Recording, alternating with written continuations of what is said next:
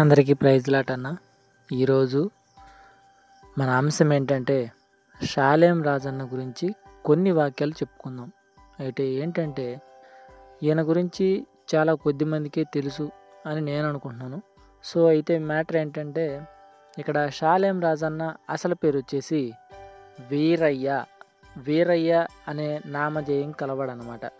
ఈయనకి మామూలుగా వీళ్ళకి నరసరావుపేట చిలకలూరిపేట మధ్య కనీసం ఒక 22 కిలోమీటర్స్ దూరం ఉండిద్ది. సో అక్కడ ఆ మధ్య స్థలంలో అంటే నరసరావుపేట దాటిన తర్వాత కొంచెం దూరం పోయిన తర్వాత చిన్న పల్లెటూరులో షాలేం రాజన్న జన్మించాడనమాట. మరి అక్కడ జన్మించిన వ్యక్తి ఇప్పుడు కొన్ని వేలాది మందికి తన దేవుని సువార్త అనేది ప్రకటిస్తున్నాడు, ఎంతో మందికి అందిస్తున్నాడు అనమాట. ప్రచురిస్తున్నాడు, ఎంతోమంది జీవితాలను రక్షిస్తున్నాడు, ఆ దేవుని సేవకై నడిపిస్తున్నాడు అనమాట. సో వీడియోని ఒకసారి లైక్ చేయండి. అలాగే మన ఛానల్కి ఎవరైనా కొత్తగా వచ్చినట్లయితే సబ్స్క్రైబ్ చేసుకోండి. ఇంకా మరిన్ని విషయాలు కూడా మనం షాలేం రాజన్న గురించి తెలుసుకుందాం.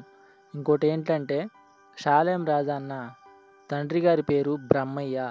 వీళ్ళు పూర్తిగా ఒక అన్యుల కుటుంబం నుంచి వచ్చాడనమాట. షాలేం రాజన్నని పిలిచిన దేవుడు పిలిచాడనమాట. షాలేం రాజన్న పేరు పెట్టి దేవుడు పిలిచాడు. అప్పుడు ఈయన దేవుడిలోకి రావటం అనేది జరిగింది. చాలా అంటే చాలా కష్టపడ్డాడు అన్న, చాలా అంటే చాలా కష్టపడ్డాడు. ఇప్పుడు కొన్ని వేల మందికి అన్న ఒక క్రైస్తవుడు నిర్వచనంగా నిలిచాడనమాట. కొన్ని వేల మందికి ఇప్పుడు దాదాపుగా కనీసం అన్న ప్రతి వారం వాక్యం చెప్తుంటే వినడానికి వచ్చేవాళ్ళు కనీసం ఒక 30,000 40,000 మంది ఉంటారు. అంటే 40,000 మంది ఉంటారు ఒక చర్చిలోనే. అయితే ఇంకో విషయం ఏంటంటే ఇంతమందికి ఒకేసారి ఆహారం పెట్టడం అనేది సామాన్యమైన విషయం కాదు.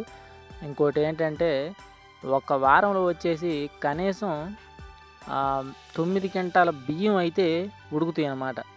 సో ఈ రకంగా షాలేం రాజన్న చాలా అంటే కష్టపడి దేవుళ్ళు ఎదగడం అనేది అసాధ్యం.